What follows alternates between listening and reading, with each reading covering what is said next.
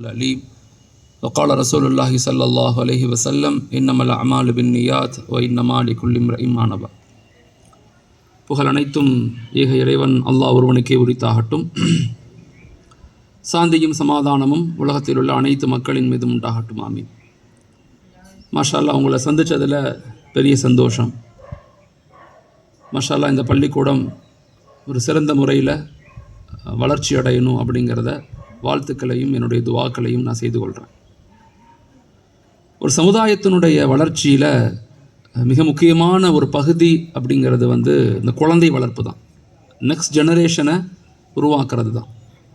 இன்றைக்கி சமுதாயத்தில் பல சேவைகள் நடக்குது. பலவிதமான சேவைகள் செஞ்சு கொண்டு தான் இருக்கிறாங்க எல்லாருமே. சில பேர் மருத்துவமனைகள் உருவாக்குறாங்க, சில பேர் உணவுகள் கொடுக்குறாங்க, சில பேர் கல்வி உதவித்தொகை கொடுக்குறாங்க. இது மாதிரி பல உதவிகள், பல செயல் திட்டங்கள் சமுதாயத்தில் நடந்து கொண்டு தான் இருக்குது. எல்லாத்த விட மிக முக்கியமான ஒரு பகுதி அப்படிங்கிறது என்னென்னா, நம்ம அடுத்த சமுதாயத்தை எப்படி உருவாக்குறோம், நம்முடைய வருங்கால ஜெனரேஷன் எந்த முறையில், எந்த மைண்ட் செட்டில் கட்டமைக்கப்படுறாங்க. இங்கே எல்லாத்துக்குமே பொறுப்புகள் இருக்குது. Everybody has some responsibilities. இங்கே எல்லாத்துக்கும் பொறுப்புகள் இருக்குது.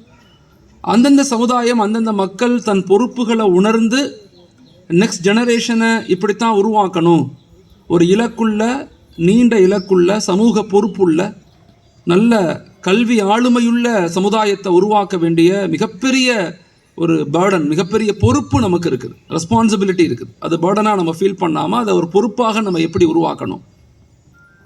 அதில் குறிப்பாக இந்த குழந்தைகளை, இன்றைக்குள்ள மனநிலையில் குழந்தைகள் எப்படியெல்லாம் இருப்பாங்க, அது பெற்றோர்களான நாம் அந்த குழந்தைகளை எப்படி உருவாக்கணும்.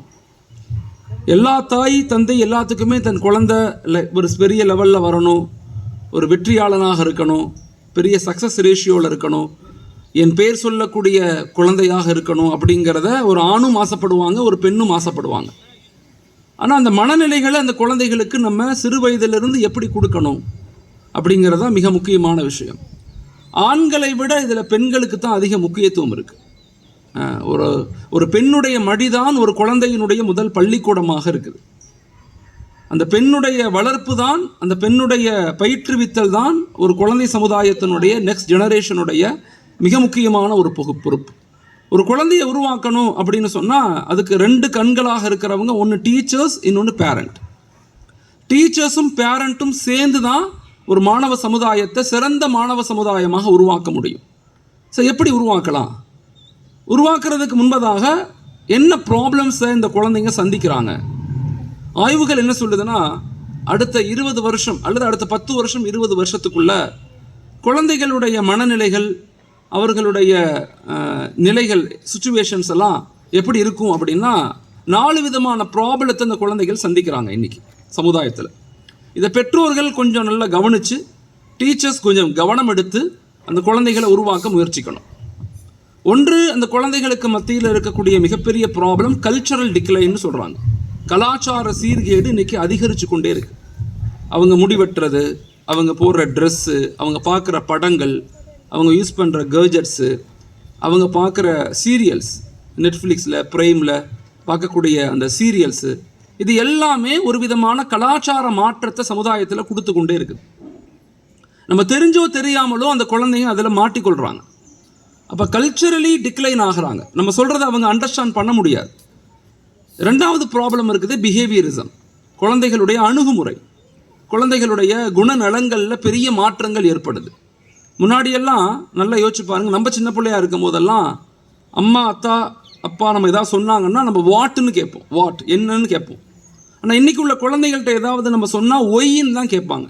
வாட்டுங்கிற ஜெனரேஷன் இப்போ இல்லை, ஒய் அப்படிங்கிற ஜெனரேஷனாக அவங்க மாறிட்டாங்க. ஏன் நான் செய்யணும் அப்படின்னு ஒரு கேள்வி அவங்கள்ட்ட ரைஸ் ஆகும். அவங்களுடைய பிஹேவியரிசம் மாறிக்கொண்டே வருது. இன்னும் குறிப்பாக ஆய்வுகள் என்ன சொல்லுதுன்னா, 1996க்கு பிறகு பிறந்த குழந்தைங்க 2016 வரைக்கும், இந்த 20 ஆண்டுகளில் பிறந்த குழந்தைங்க இன்றைக்கி சமுதாயத்தில் எப்படி இருக்கிறாங்கன்னா, அவங்க அறிவு சார்ந்து வளர்ச்சி அடைந்த மாதிரி இருக்கும். நம்ம பயன்படுத்தாத மொபைல் பயன்படுத்துவாங்க, ஆப் பயன்படுத்துவாங்க, டெக்னாலஜியை பயன்படுத்துவாங்க. ஆனால் அவங்க எமோஷ்னலி பெரிய வீக்காக இருப்பாங்க. நம்ம அம்மா அத்தாலாம் அடித்தா நம்ம வாங்கிட்டு திரும்பி அவங்க பக்கத்துலேயே போவோம். நான் சின்ன எனக்கு ஞாபகம் இருக்குது, என்னெல்லாம் கட்டி போட்டு வைப்பாங்க வீட்டில். ஓடி வெளியே போய் விளையாடக்கூடாதுன்னு கட்டி போட்டு வைப்பாங்க. நம்ம தெரியாமல் காலை அவுத்துட்டு ஓடிடுவோம். வீட்டுக்கு வந்தால் அடி விழுவோம், அம்மா அடிப்பாங்க. அந்த அடியை வாங்கிட்டு திரும்பி அவங்க பக்கத்துலேயே தான் உட்காருவோம், அங்கே தான் சாப்பிடுவோம், நமக்கு கோவமே வராது. ஆனால் இன்றைக்கி நம்ம இந்த காலத்து பிள்ளைங்க எப்படின்னா, ஒரு வார்த்தையை நம்ம அதிகமாக பேசிட்டாவே, ஏன் இப்படி பண்ணுறேன்னு அதட்டி பேசிட்டா அந்த குழந்தைங்க சாப்பிட மாட்டேங்கிறாங்க, பக்கத்தில் வரமாட்டேங்கிறாங்க. இப்போ எமோஷ்னலி அவங்க பலகீனமாக இருக்காங்க. சின்ன சின்ன வார்த்தைகளுக்கெல்லாம் அவங்க பதட்டம் அடைகிறாங்க. கடந்த 6-7 மாதத்தில் மட்டும் தமிழகத்தில் மட்டும் 100 குழந்தைகள் சூசைட் பண்ணியிருக்கிறாங்க, தற்கொலை பண்ணியிருக்கிறாங்க. ஒரு பெண் குழந்தை மாடியிலேருந்து கூச்சிருக்கிறாங்க. ஏன்னா அவங்க அம்மா ஃபோன் தரலன்னு சொல்லி, முடிவெட்ட சொல்கிறாங்கன்னு அந்த பையன் வந்து சூசைட் பண்ணிக்கிட்டாங்க.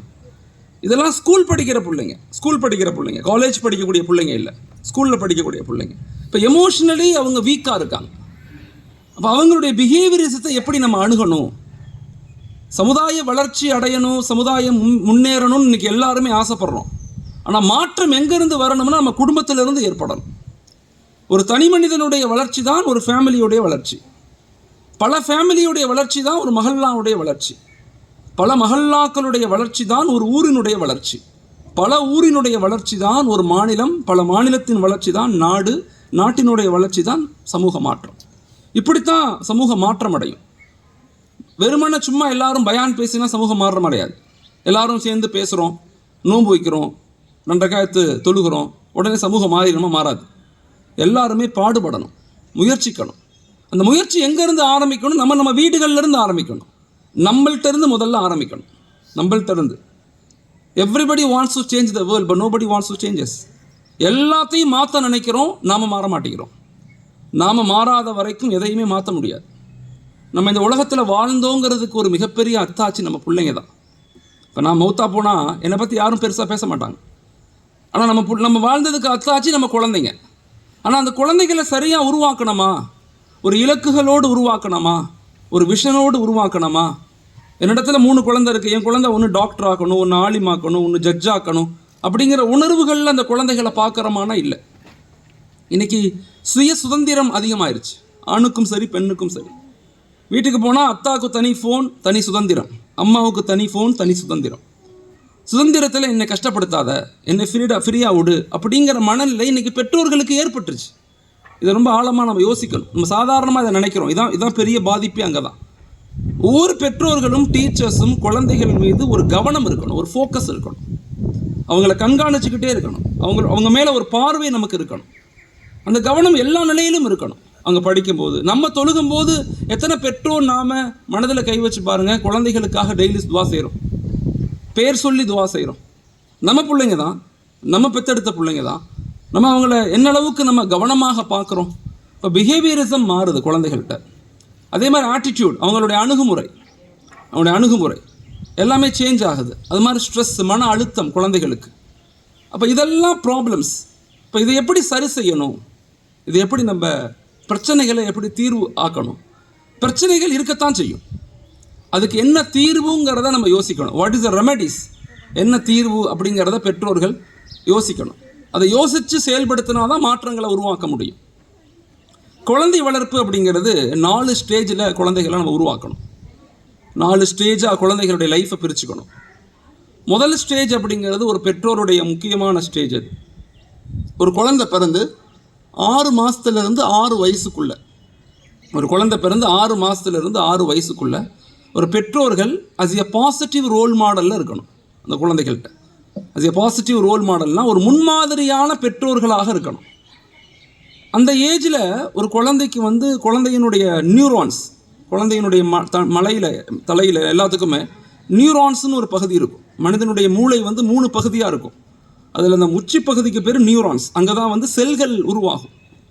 அந்த இடம் இருக்குது. அந்த 6 வயசுக்குள்ளே ஒரு குழந்தை 13 மொழிகளை கற்றுக்கொள்ள முடியுமா? 13 மொழிகளை கற்றுக்கொள்ளக்கூடிய ஆற்றல் அந்த 6 வயசுக்குள்ளே இருக்குது. எல்லாத்தையும் அப்சர்வ் பண்ணுவாங்க, ஆனால் எதையும் திரும்ப சொல்ல தெரியாது. நம்ம பேசுகிறதெல்லாம் புரியும் நமக்கு, அந்த குழந்தைகளுக்கு. நம்ம என்ன பேசுகிறோம், எதுக்கு பேசுகிறோம், சண்டை போடுறோம், எல்லாமே அப்சர்வ் ஆகும். நம்ம நினைக்கிறோம் அந்த குழந்தைக்கு புரியாதுன்னு. எல்லாம் புரியும், ஆனால் திரும்பி சொல்ல தெரியாது. அப்சர்விங் பவர் ஜாஸ்தியாக இருக்கும். அதனால தான் தமிழ் இலக்கியங்களில் சொல்லுவாங்க, 5இல் விளையாதது 50இல் விளையாது, 5இல் விளையாதது 50இல் விளையாதுன்னு தமிழ் இலக்கியத்தில் சொல்லுவாங்க. ஸோ மிக முக்கியமான ஒரு பகுதி இந்த ஏஜ் தான். 6 மாதத்துலேருந்து 6 வயசு வரைக்கும். 6 மாதத்துக்கு பிறகே குழந்தைக்கு டிகினிட்டி ஏற்படுதுங்கிறாங்க. டிகினிட்டினா ஒரு ஒரு ஒரு விதமான பிடிவாத தன்மை ஏற்படும். 6 மாதத்துக்கு பிறகு ஒரு தாய் குழந்தைக்கு பால் கொடுக்க மறந்துட்டாங்க, இல்லை கொடுக்கல அப்படின்னா அந்த குழந்தை கத்தல பக்கத்து வீட்டுக்காரெல்லாம் முழிச்சு வந்துடுவோம். அந்த அளவுக்கு அந்த குழந்தை வந்து தன்னுடைய அந்த இதை வெளிப்படுத்தும், ஆதங்கத்தை வெளிப்படுத்தக்கூடிய தன்மை வந்துடும்.